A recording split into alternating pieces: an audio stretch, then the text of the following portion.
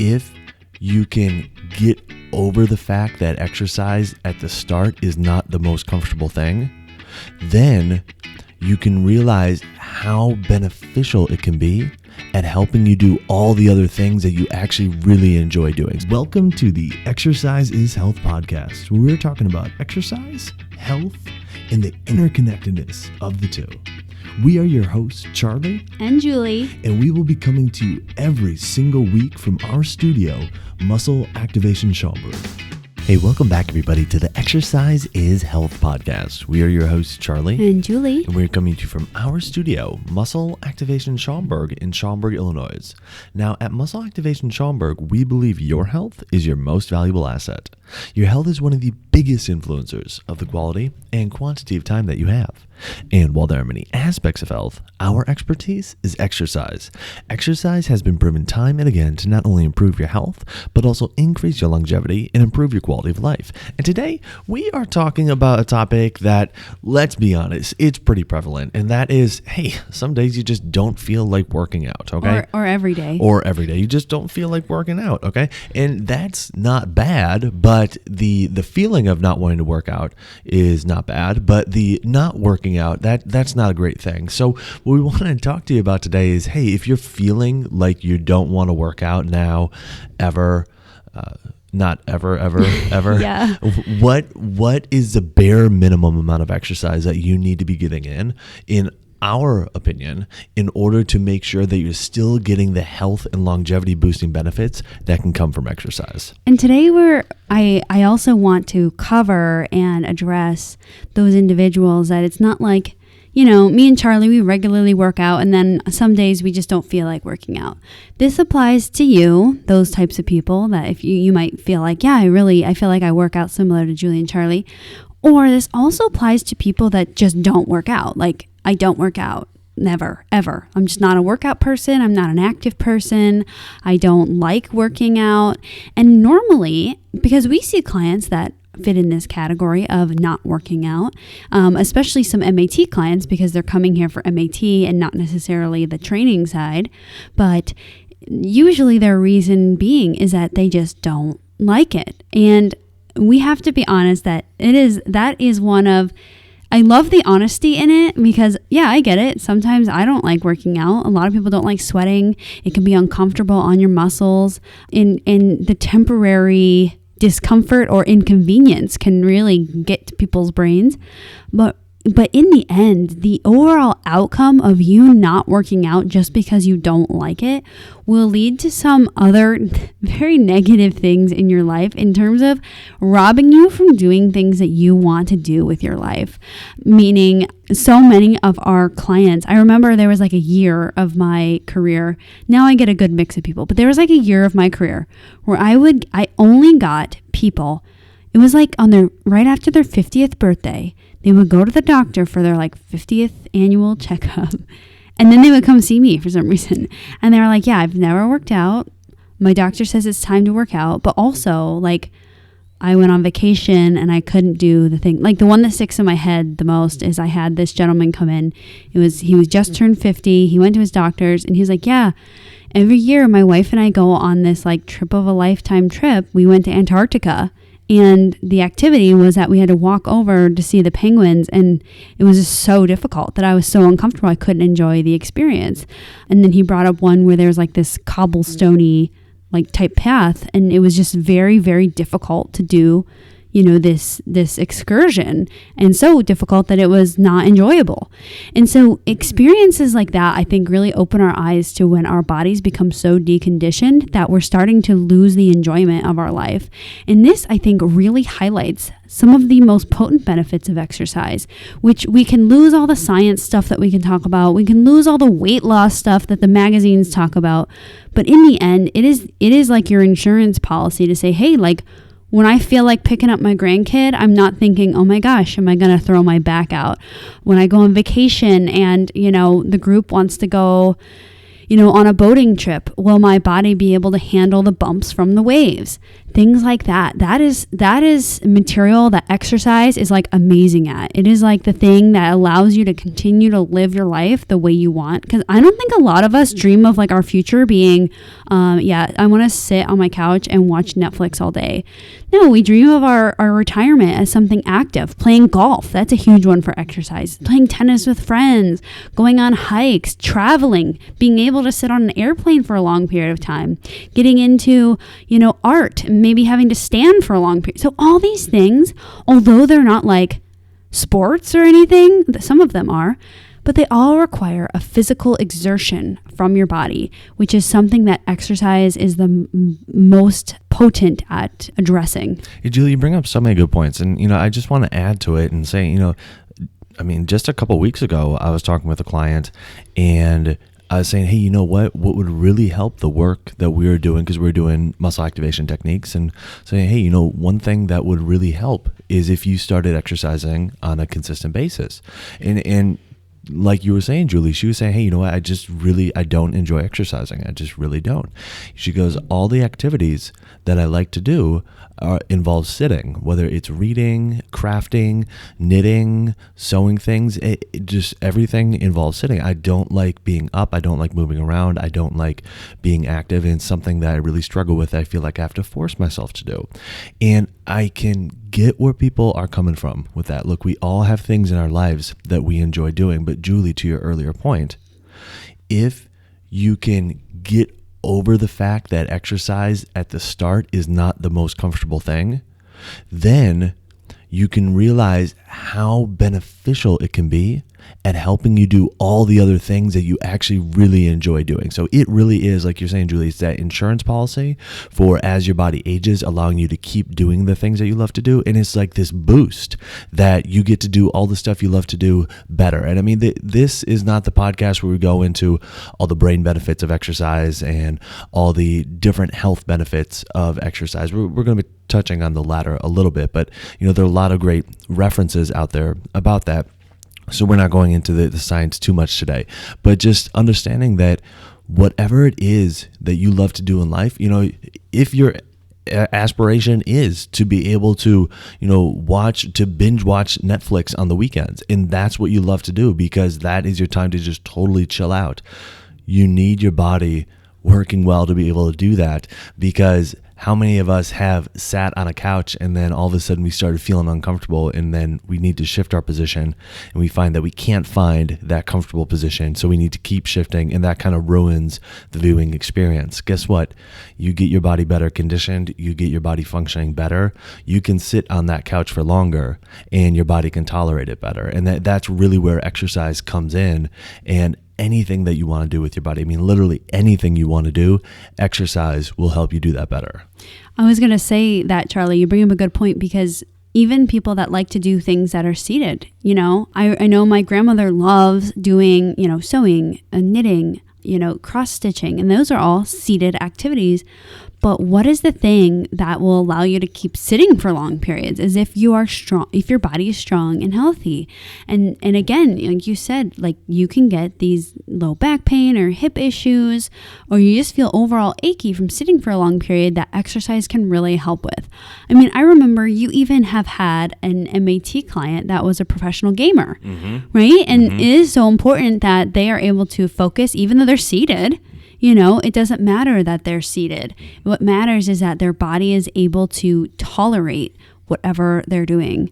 So whatever it is you want to do in life, making sure that your body is working well is going to help you do that better. And exercise is one of the most powerful things that you can do to help make sure that your body is functioning well. So that being said, if you're sitting there thinking, okay, you know what? All right, maybe I can start exploring this whole exercise thing.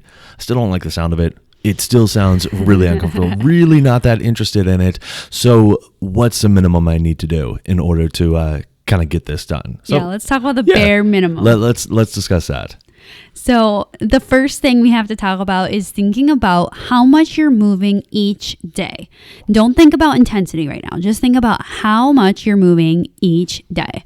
Now, I like to think of this in two ways. The first way is if you want to think about how much you're moving each hour. Okay.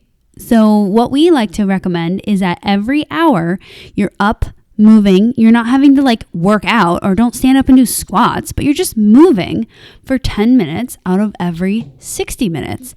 So for example, if you work at a desk, a great way is to set a timer, and at the end of that timer, you get up, get some water, use the restroom, do some stairs a couple times, do a couple laps around the building. You can also chop this up into 5 minutes every 30 minutes if that's easier for you. I drink tons of water, so I could easily squeeze out some peeps. I could easily go to the bathroom every 30 minutes, even just as a reason to be getting up out of my chair, moving around the office or my home if you're working from home right now, getting a refill on the water, just doing something that is not seated and something that is moving. I also love to throw in the stairs just because I feel like it's like a different movement than just standing, you know? So try to think about it in that way every hour that, and I always think, okay, so every hour that I'm working, okay, so at least 8 to 10 hours a day, you're kind of trying to practice this, getting up and moving. And mind you, I mean every hour. So if from 10 to 11 a.m., you are walking around the grocery store getting your grocery shopping done, that doesn't like cancel out the next 4 or 5 hours because you were just moving for an hour straight. No, you have to, because after you are grocery shopping, then you're going to sit in your car and then maybe you'll unload the groceries. So that is a lot of exertion, right? That is some movement.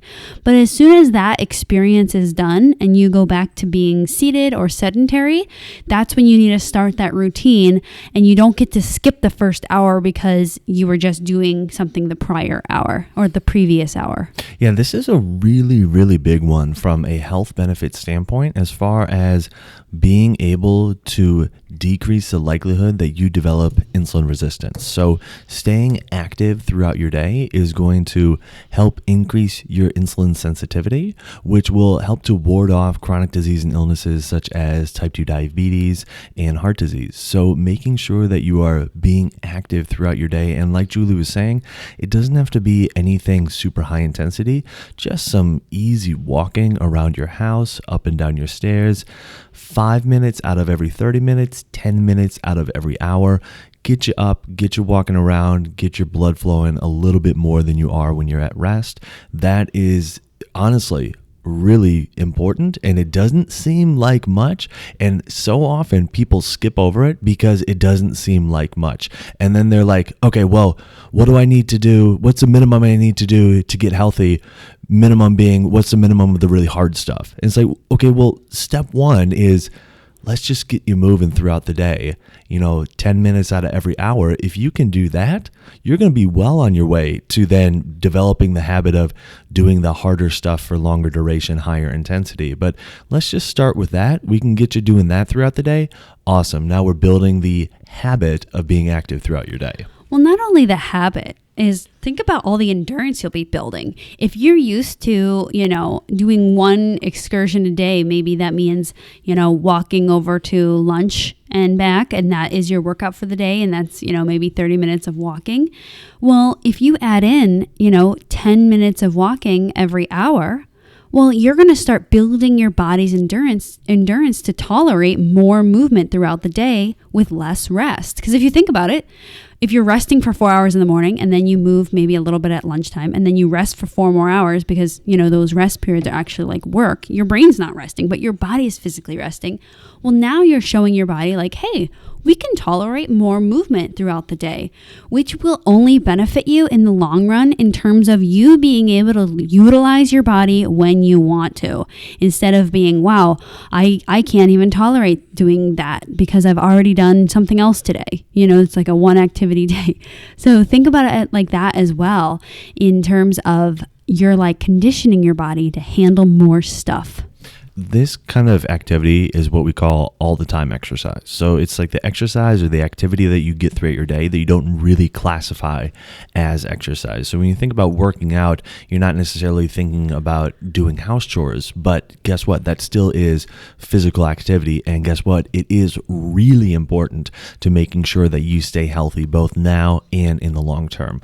But there's another type of exercise that we talk a lot about as well, and that is the special event kind of exercise. And this kind of exercise is more along the lines of what people generally think about when they are working out, whether it's, going to a gym or coming to a fitness studio like ours, a boutique exercise studio, or they are going for a run or doing our at-home workout program. It is a segmented time that is separate from everything else. You may change your clothes, you might change your shoes, you might find that you are breathing noticeably heavier, you are sweating. There's a much higher level of exertion than there is when you're just kind of walking around and doing general physical activity. So this special event kind of exercise is the next step to start adding in throughout your day and throughout your week in order to build the habit of exercising. Now, the special event exercise is the stuff that people like to label as something they don't like, usually because it's what we normally, again, what Charlie just said, it's what we normally say that is like, this is working out. Now, the all the time that we just reviewed, some people don't like that either because some people just don't like moving in general, but don't discount that because it has very unique health benefits that special event exercise cannot give you. So special event exercise, what Charlie said, is like a special event in your day. It's like workout time. It's the time when you go running or hop on your bike or go to the gym. This is the quote unquote workout. And the unique piece about the special event working out or special event exercise is that it's very different than your normal activity during the day. So if you think about the all the time exercise, what we were just talking about, getting up every hour, getting up every 30 minutes or whatever, it's pretty low key, right? You're not even exerting yourself enough to need to change your clothes. You can probably leave your work shoes on. You don't have to get your sweatband out or, your water bottle out because, you're just not exerting yourself that much. But in the special event exercise, this is when we challenge our bodies to work at a different level than what we're used to in our normal daily activity. So the normal daily activity stuff, it's like we're just trying to add more of it. Whereas the special event exercise, we're trying to add almost like height to it. We're trying to add intensity to it. Now, with this special event exercise, we're going to break this down into kind of three categories or three levels of exercise, all right? And the first is the low level of physical activity, a low level of exercise. And this is done at approximately 55% of your maximum heart rate or your maximum effort, okay? So if you wear a heart rate monitor or you have, a watch or a band that can read your heart rate, that's a really easy way to check in to kind of see how much you're exerting yourself, okay? Generally speaking, the maximum heart rate is thought to be 220 minus your age. All right. So for easy math, if you're 20 years old, then your maximum heart rate would be 200. So 55% of that would be 110 beats per minute. That was really quick math, by the way. So that's really quick. So it'd be 110 beats per minute would be your 55% of your maximum heart rate. Okay. So low level, 55% of your maximum heart rate or effort. Then you have your medium intensity or medium level of physical activity, and that's going to be around 70% of your maximum heart rate or effort. And then you have your high intensity, which is going to be above 85% or above of your maximum heart rate or effort. Okay, and again, there are really easy ways to track this. Heart rate monitors are not that expensive. They're built into a lot of equipment and built into a lot of gadgets these days, so it's pretty easy to track. But then not only heart rate, but also thinking about like if you are lifting weights or doing resistance training, how intensely are you going relative to what you think you could do, that 55%, that 70%, or that 85% or above. So those are kind of the three distinguishing categories that we will think about when we're talking about a special event. So if you're thinking, okay, Charlie, I don't really want to get a heart rate monitor. I hate exercise. How else could I tell? One way I like to tell is through conversation. So Charlie kind of mapped out low, medium, high. So if you think low is like, I could have a full conversation. It sounds like what I'm doing right now, talking to Charlie. Medium would be like, I could do a half a sentence or a full sentence, but then I would need to like get a couple breaths in between.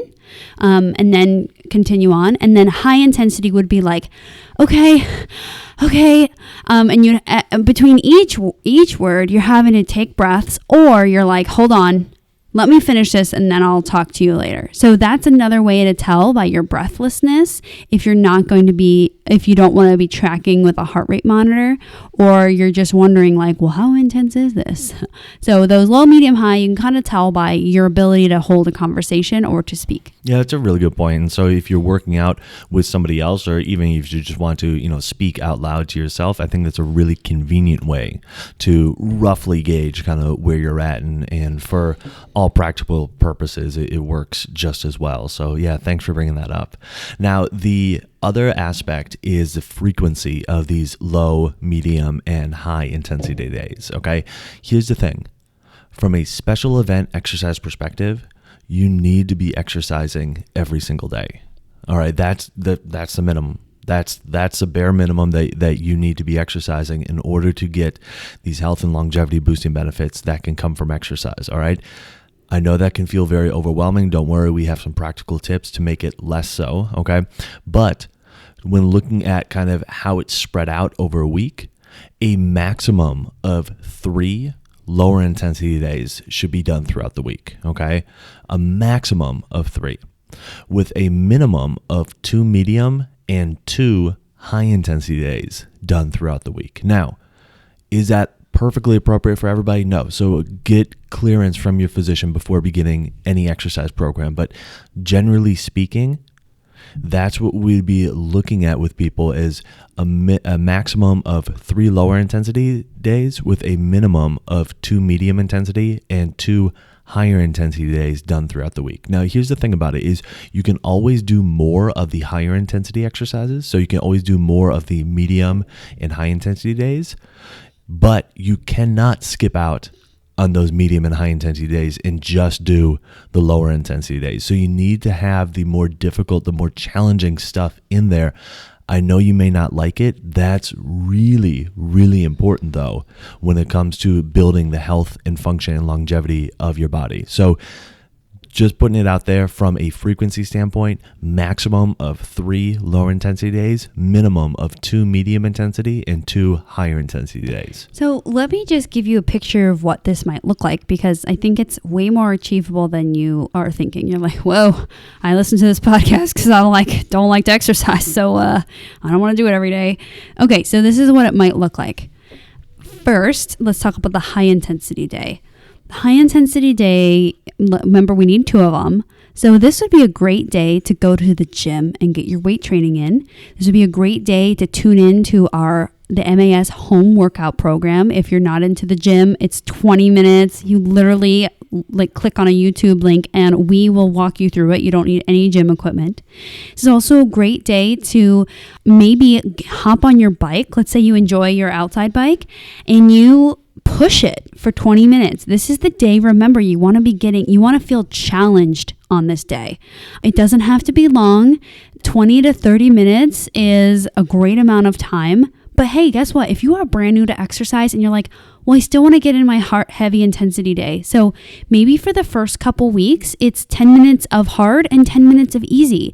And then every day you build in 1 more minute of the hard. Because guess what? We're all on a journey of progression. So what's hard, if you can only handle the 10 minutes of that breathlessness, great, do those 10 minutes and then build on it. So this also might be a day, if you don't mind jogging, doing some jogging or jogging intervals, or I love my indoor bike. I would cycle every single day if I could. So indoor biking. But these are also, I really want to highlight, and today we're not really talking about like resistance training versus cardio. We're kind of talking about just like intensity and getting in the workout. But you really want to think about getting in your resistance training either on the hard day or the medium day. Okay, so you got 2 of those. Remember, those are the breathless days.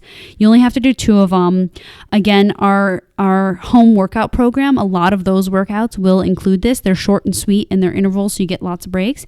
Okay, the medium day, remember that's the one where you can like do a sentence or a half a sentence and then you need to take some breaths. This would be a great day to do like a really brisk walk. Or let's say you do love walking, you go out on your walk and you go to the hills and you do hills that day with the walking.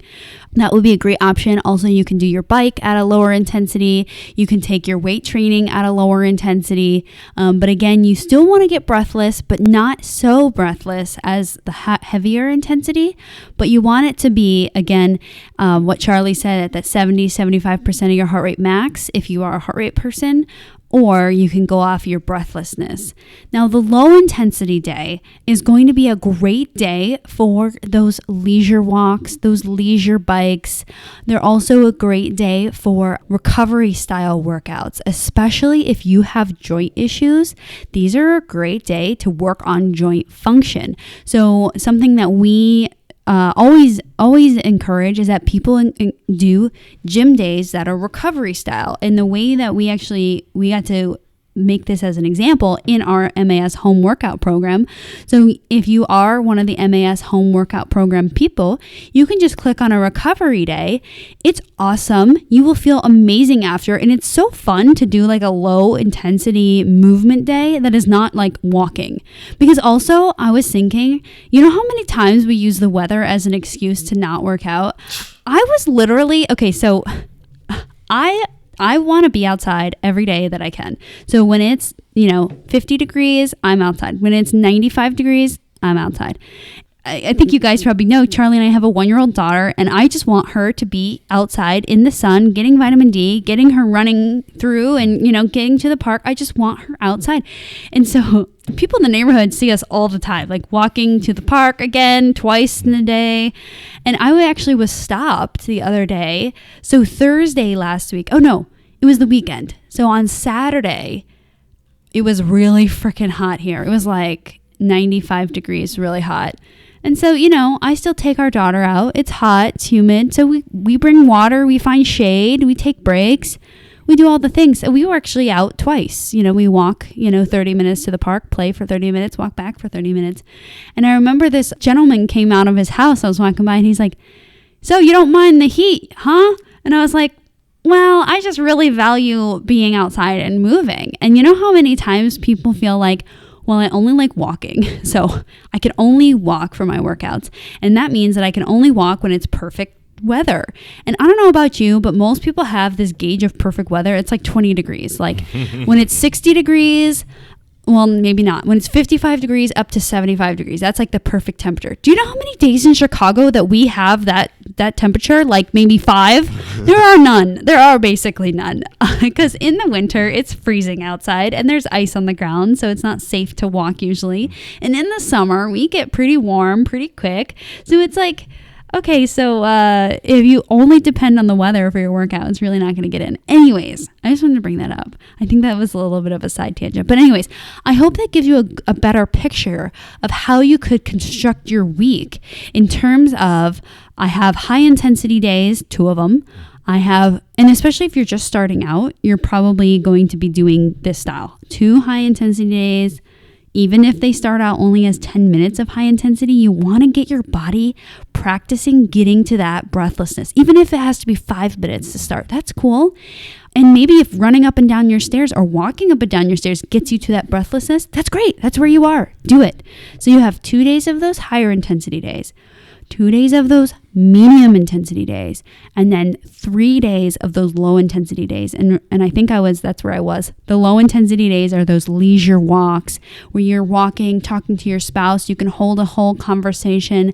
Those are those low intensity days, but you are moving during those days. Or you can, again, tune into the MAS home workout program and just do one of those recovery days. It's so nice to get recovery for other areas of your body than just your legs. Have you ever noticed, like when you walk, you're literally just moving your legs and swinging your arms? So it's nice to get some low intensity stimulation throughout your body rather than just your legs. Now, if you're sitting there and this whole conversation feels overwhelming, believe me, I get it. I think for many of you, it may feel like how I feel when I listen to the toxin people talk, how they're talking about like, oh, be careful of the water you drink because there's toxins, and be careful of the cup you're drinking out of it because there's toxins, and don't fertilizer you use, and don't wash your food in it because there's toxins, and don't wash your clothes in it because you're using soap that has toxins, and there's toxins in the material of your clothing, and don't put it under the light because there's toxins from the light. And it's just like, oh my gosh, everything that I'm doing is wrong. Like that's often how I feel, or that's definitely how I felt when all the coronavirus stuff first came out. I had no idea what to do without possibly getting coronavirus. So so all that being said, if this whole conversation feels very overwhelming, believe me, I get it. So this is where we recommend starting. Okay, first and foremost, just start by getting in the habit of your all the time activity. Start by getting in your 10 minutes of movement every 60 minutes. Okay, the easiest thing you can do to do that is set your phone timer, or get a little egg timer, or something that dings and lets you know, hey, guess what? It's time to stand up and move around. It's not a high level of exertion. It's not terribly frequent, but it's enough that it gets your blood moving a little bit, gets you building the habit of being gets you building the habit of being active throughout your day, and also gets you just a little bit more aware of your activity levels throughout the day.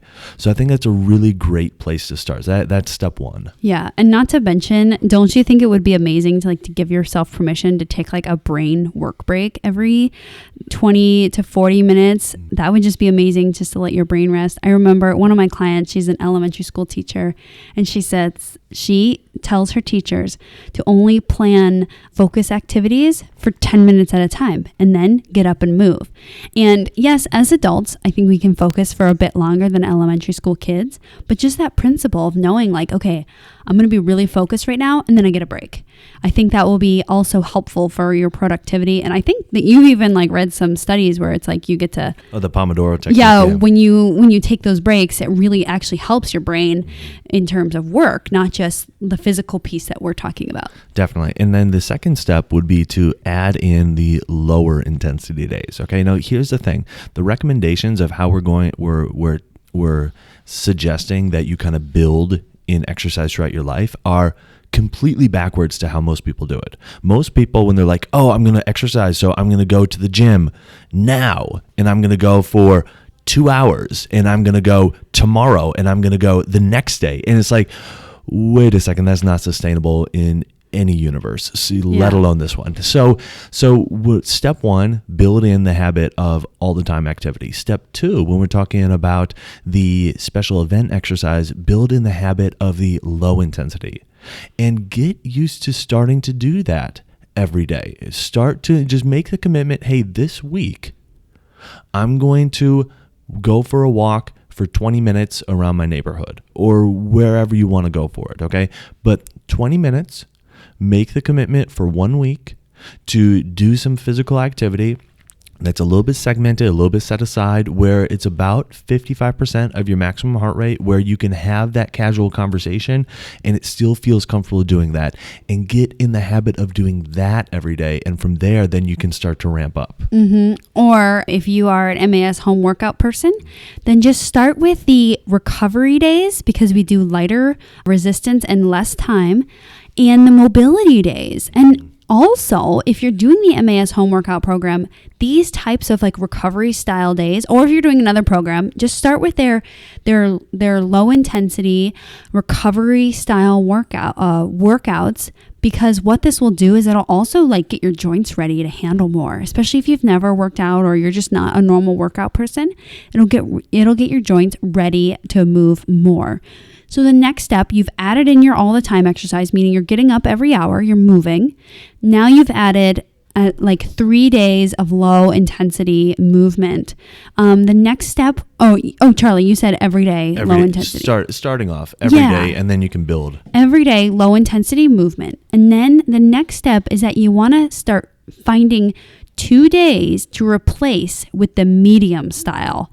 And then after you feel like you can do that, then I would recommend adding the 4 days of medium style, eventually trying to replace those 2 days with the high intensity.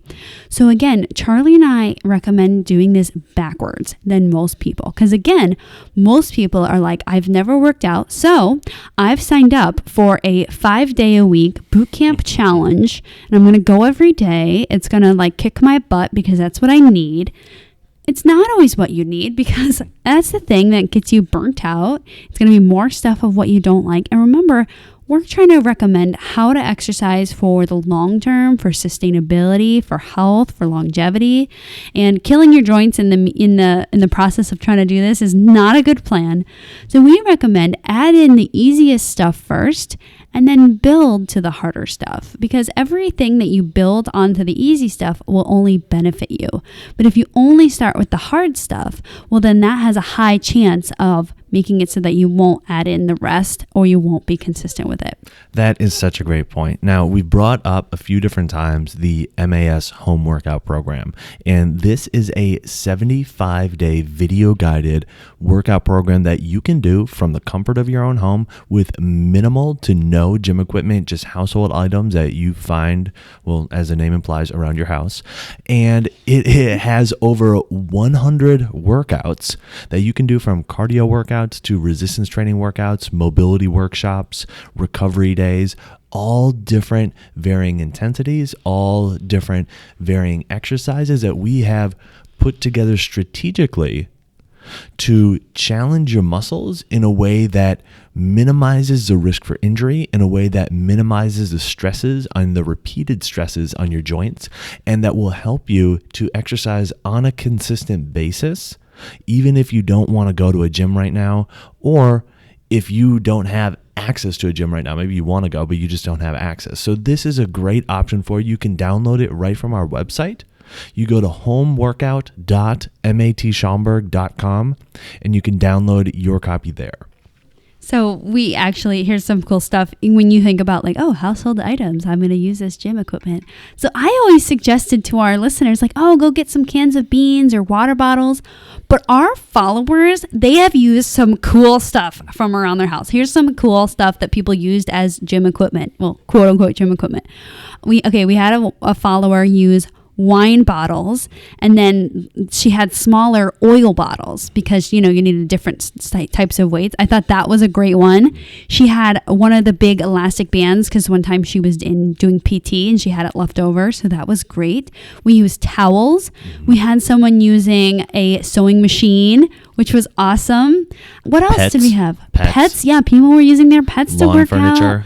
Lawn furniture on their patio. Children. Yeah, I used my daughter a couple times. And then if you have dumbbells, great. But we just wanted to highlight this because this is what it is. This is working out. This is using the resources you have. You don't need fancy stuff to get moving. And I thought some of our MAS home workout participants have really thought of some creative stuff to use. Oh, also, what was it? That big thing, like I buy the big thing of Costco laundry detergent and the big thing of vinegar. Yeah, so whatever you have around your house, you can use as resistance. And there are tons of workouts on there with no resistance if you are just getting started. So who do you know that needs to hear this episode? Who do you know that is not exercising right now because they flat out just don't like working out? Share this episode with them so they can learn about a really easy way to start building an activity throughout their day that can lead to them exercising more intensely and on a consistent basis, but in a way that is appropriate and sustainable for their body. And while you're online, if you wouldn't mind, head on over to iTunes and leave us a rating and review. It helps people find this information when they're looking for podcasts on exercise and when they're looking for podcasts on health. So if you found value in this conversation today, let us know by leaving us that 5-star rating and review. Well, thanks so much for tuning in. We always appreciate it. Have a fantastic week, and we'll talk with you all next week.